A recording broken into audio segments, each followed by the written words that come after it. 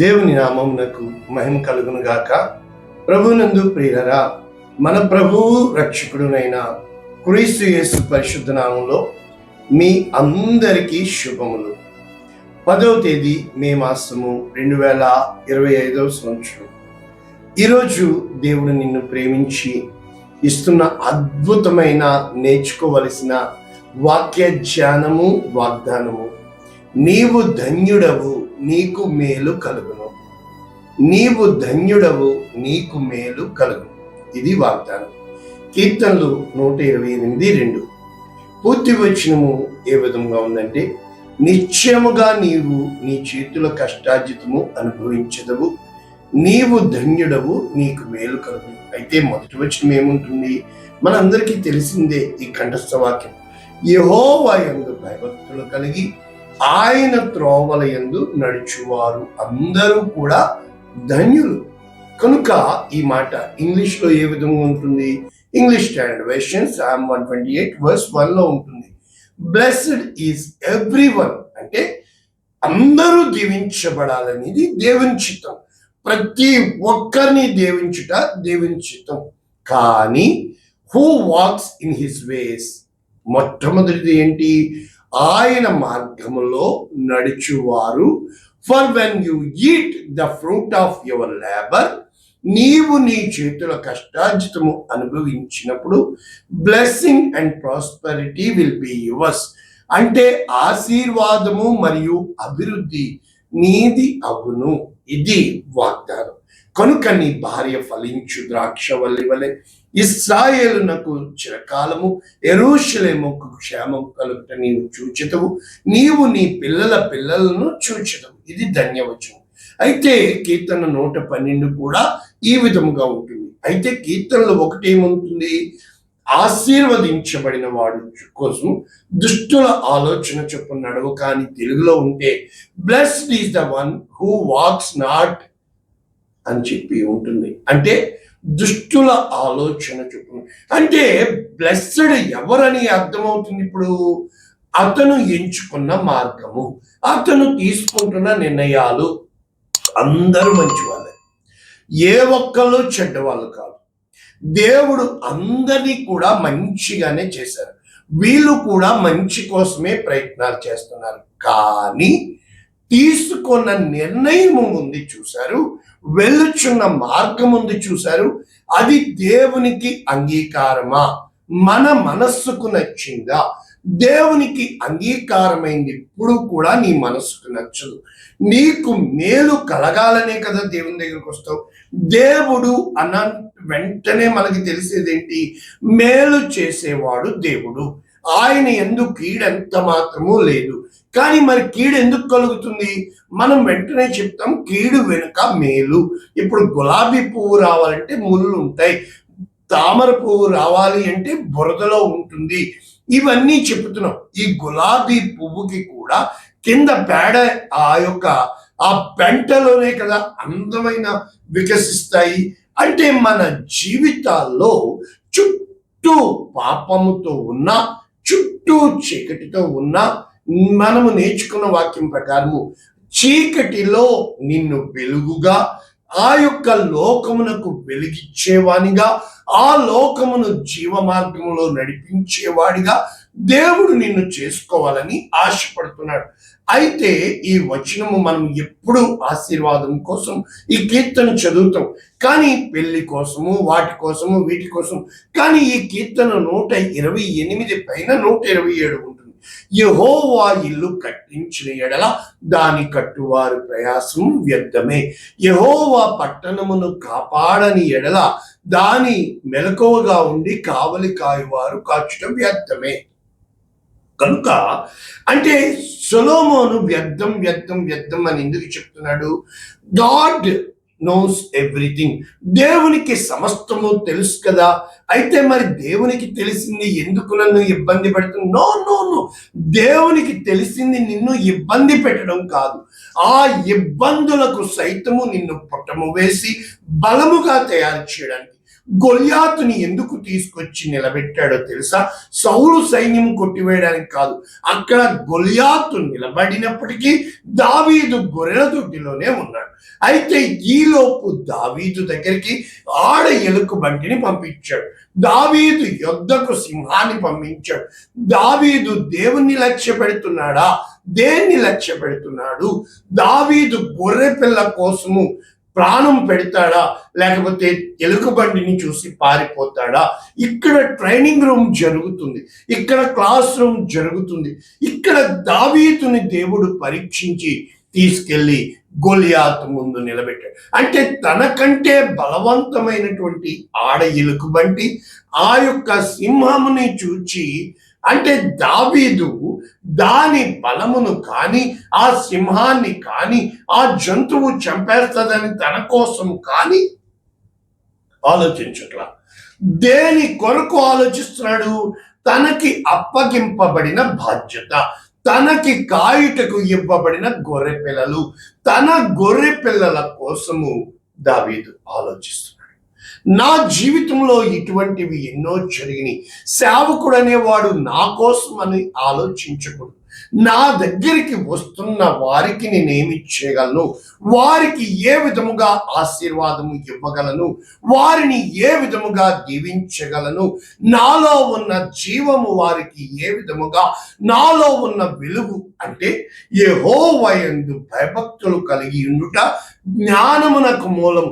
ఏ రోజునైతే నీవు ప్రతి తీసుకుంటున్న నిర్ణయము, వెలుచున్న ప్రతి మార్గము దేవునికి మొట్టమొదట భయపడి, రెండు దేవుని మార్గమా కాదా చూచుటకు. అందుకని కొన్ని వాక్యాలు మనము చూస్తే, నా సామెతలు 8వ అధ్యాయం 32వ వచనం, కావున పిల్లలారా నా మాట ఆలకించుడి, నా మార్గములను అనుసరించి వారు ధన్యులు. ఉపదేశమును నిరాకరింపక దానిని అవలంబించడమే జ్ఞానము. కనుక అనుదినము నా గడప యొద్ద కనిపెట్టుకుని, నా ద్వార బంధముల యొద్ద కాచుకుని నా ఉపదేశము వినువారు ధన్యులో. కనుక నన్ను కనుగొనువాడు జీవమును కనుగొనును, యెహోవా కటాక్షము వానికి కలుగును. ఎవడైతే నన్ను కనుగొనడో వాడికి, ఎప్పుడైతే దేవుడు లేకపోతే అది మరణం. అంటే మన జీవితాల్లో జీవమును కలిగి ఉండుట ధన్యత. కొంతకాలము శ్రమలు, అటు ఇటు ఇటు అటు నిందలు, అవమానాలు దేవుడు నిన్ను అప్పగిస్తాడు. దేవుడు నిన్ను అప్పగించినప్పుడు ద్వితీయోపదేశ ఖండము 6వ అధ్యాయం 3వ వచనం, ఇశ్రాయేలు నీ పితరుల దేవుడైన యెహోవా నీతో చెప్పిన ప్రకారము పాలు తేనెలు ప్రవహించు దేశములో మేలు కలిగి బహుగా అభివృద్ధి నొందినట్లు నీవు వాటిని విని అనుసరించి నడుచుకునవలెను. ఇశ్రాయేలు వినుము, నీ దేవుడైన యెహోవా అద్వితీయుడు, ఓన్లీ వన్ గాడ్, నేను తప్ప వేరొక దేవుడు నీకు ఉండకూడదు. ఏ రోజు నీ మనస్సుని వెంబడించకూడదు. నీ మనసు ఎప్పుడు సుఖాన్ని కోరుతుంది, నీ మనసు ఎప్పుడు మంచితనాన్ని కోరుతుంది, నీ మనసు ఎప్పుడు ఈ లోకాన్ని స్నేహిస్తుంది. ఈ మూడు వ్యర్థమే. నీవనుకున్న మంచితనం వ్యర్థము, నీవనుకున్న సుఖము వ్యర్థము, నీవనుకున్న ఈ లోకము నశించిపోతుంది, లోకము దాని ఆశ గతించిపోతాయి. కానీ యెహోవా యందు నీటి కాలువల యోరను నాటబడినదై ఆకు వాడక తన కాలమందు ఫలమిచ్చు చెట్టు వాలే అతడు ఉంటాడు. నీతి మంతుల మార్గము యెహోవాకు తెలియను. అంటే నీతి మంతులు నడిచే ప్రతి మార్గము, ఉదయం లేచి నువ్వు ప్రశాంతంగా ఉండి నా మాటలు ఎలా ఉండాలి, నా నిర్ణయాలు ఎలా ఉండాలి, యేసు ప్రభు వారు చెప్పారు, నేనే మార్గము సత్యము జీవం. కనుక నీ ప్రతి మాట కూడా దేవుడు దేవుడు దేవుడు దేవుడు దేవుడు దేవుని ఘనపరిచేదిగా ఉందా, దేవుని మహిమపరిచేదిగా ఉందా? ఒకవేళ దేవుని ఉగ్రతకు నేను స్థానమిస్తున్నానేమో. కనుక నీ పూర్ణ హృదయముతోను, నీ పూర్ణ ఆత్మతోను, నీ పూర్ణ శక్తితోను నీ దేవుడైన యెహోవాను ప్రేమించవలను. కనుక ఈ ఆజ్ఞలు నీ హృదయంలో ఉండవలను. అంటే దేవుని యొక్క వాక్యం సెలవిస్తుంది స్పష్టంగా, ఒక్క మాటలో నీ నా మాటలు మీ యందు మీరు నా యందు నిలిచి ఉండిన యెడల మీరు ధన్యులు. మీరు నా ఆజ్ఞలు వెంబడించిన యెడల మీరు నాకు స్నేహితులై ఉందురు. నేను మంచి ద్రాక్షవల్లిని, మీరు తీగలు. Apart from me you can do nothing. నాకు వేరుగా ఉండి మీరేమి చేయలేరు. ఆయన చిత్తము చాలా కఠినంగా ఉంటుంది. ఈ లోకంలో అవమానంగా ఉంటుంది. ఈ లోకంలో వ్యభిచారంగా తోస్తుంది. ఒక యోధ తామారుకి మరి ఏ విధంగా పిల్లల్నిచ్చాడు, ఒక రాహాబు వేశ్యని ఏ విధంగా క్రీస్తు సంతానంలో పెట్టాడు, ఏ విధముగా మరి ఇలాగ చూస్తూ పోతే ఊరియా భార్య యందు సొలొమోను పుట్టాడు. అంటే ఈ లోకము ఏదైతే లాభం అంటుందో దాన్ని పెంటగా ఎంచుతాడు. ఈ లోకము ఏదైతే పెంట అంటుందో దేవుడు జ్ఞానంగా ఎంచుతాడు. కనుక సామెతల గ్రంథము 3వ అధ్యాయం 13వ వచనం, జ్ఞానము సంపాదించిన వాడు ధన్యుడు, వివేచన కలిగిన నరుడు ధన్యుడు. అర్థం ఏంటంటే అర్థం చేసుకోవడమే. యెహోవా యందు భయభక్తులు కలిగి ఉండుటే జ్ఞానం. కనుక వెండి సంపాదించుట కంటే జ్ఞానము సంపాదించుట మేలు, అపరంజి సంపాదించుట కంటే జ్ఞాన లాభము నొందుట మేలు. పగడముల కంటే అది ప్రియమైనది, నీ ఇష్ట వస్తువులన్నీ దానితో సమానములు కావు. కనుక దేవుని యొక్క సన్నిధిలో దీర్ఘాయువు ఉంది. ఆయన కుడి చేతిలో దీర్ఘాయువు, ఎడమ చేతిలో ధనఘనతలు. కాబట్టి ప్రభునందు ప్రియులారా, దేవుని మార్గము ఎప్పుడు రమ్యమైన మార్గము, ఆయన త్రోవలు ఎప్పుడు క్షేమకరమైన మార్గములు. కనుక జీవ వృక్షము ఆయన ఎదుకు వారిలో ఉంటుంది. ఏ రోజునైనా అయితే నీవు దేవుణ్ణి వెతుకుతావో, మనము ముగించుకుంటే దేవుని యొక్క వాక్యం సెలవిస్తుంది. ద్వితీయోపదేశ కాండము 33వ అధ్యాయము మనము చూసినప్పుడు, ఇశ్రాయేలు నీ మార్గం ఎంత గొప్పది, భాగ్యం, యు ఆర్ సో బ్లెస్డ్ అంటే యు ఆర్ సో బ్లెస్డ్ అంటే ఎలాగ రాశారు ఈ మాటని? ఇశ్రాయేలు నిర్భయముగా అంటే భయము లేకుండా నివసించును, యాకోబు ఊట ప్రత్యేకింపబడును, అతడు ధాన్యము ద్రాక్షరసములు గల దేశములో ఉండును, అతనిపై ఆకాశపు మంచు కురిపించును. ఇశ్రాయేలు నీ భాగ్యము ఎంత గొప్పది, యెహోవా రక్షించిన నిన్ను పోలిన వాడెవడు? ఆయన నీకు సహాయకరమైన కేడము, నీకు ఔన్నత్యము కలిగించు నీ ఖడ్గము, నీ శత్రువులు నీకు లోబడినట్లుగా. కానీ వారిని నువ్వు త్రొక్కుతావు, వారి యందు నీకు నేను అధికారం ఇస్తున్నాను. కనుక యెహోవా దేవుడుగా గల జనులు ధన్యులు. తన అతిక్రమమునకు పరిహారమునొందినవాడు, తన పాపమునకు ప్రాయశ్చిత్తమునొందినవాడు ధన్యుడు. ఏ రోజునైతే నీవు దేవుని యందు నీ లక్ష్యం పెడతావో సమస్తము పెంటగా అనుతుంది. కారణము ఏమిటి అని మనం చూస్తే, ఇక్కడ ఈ ధన్యత అన్న మాటకి హెబ్రూలో ఏషర్ అంటే అర్థం ఏమిటి వీళ్ళు రాసింది అని మనం చూస్తే, రూట్ వర్డ్ బ్లెస్సెడ్నెస్ అంటే ఆశీర్వదించబడిన స్థితి, హ్యాపీనెస్ అంటే అది సంతోషముతో కూడింది, అది నీ యొక్క ఇన్నర్ ఫీలింగ్, అది నీ లోపల అంతరంగములో కలిగేది. కనుక దీనికి ఆ యొక్క గ్రీక్ రూట్ వర్డ్ ఏంటంటే మకారియోస్. ఇది కూడా సేమ్ టు సేమ్ అంటే ఏషర్ మరియు మకారియోస్.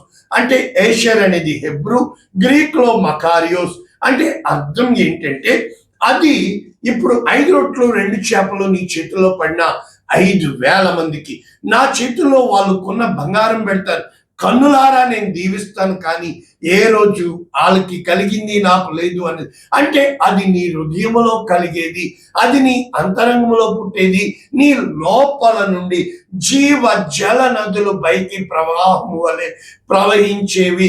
నీకు లేమి అనేది కలగదు, నీవు నిశ్చలమైన శాంతికరమైన జలముల యొద్ద నీవు ఉంటావు. నిర్భయముగా నీ దేవుడు మహోన్నతుడని, ఆయన చాటున నివసించడమే ధన్యతని, ఆయన మార్గములు అవలంబించడమే. ఒక బిలాము ఆ యొక్క సోది సొమ్ము కోసము మార్గము తప్పి దేవునికి వ్యతిరేకముగా దేవుని చేత దీవించబడిన ఇశ్రాయేలీయులను శపించడానికి ముందుకు వెళ్ళాడు.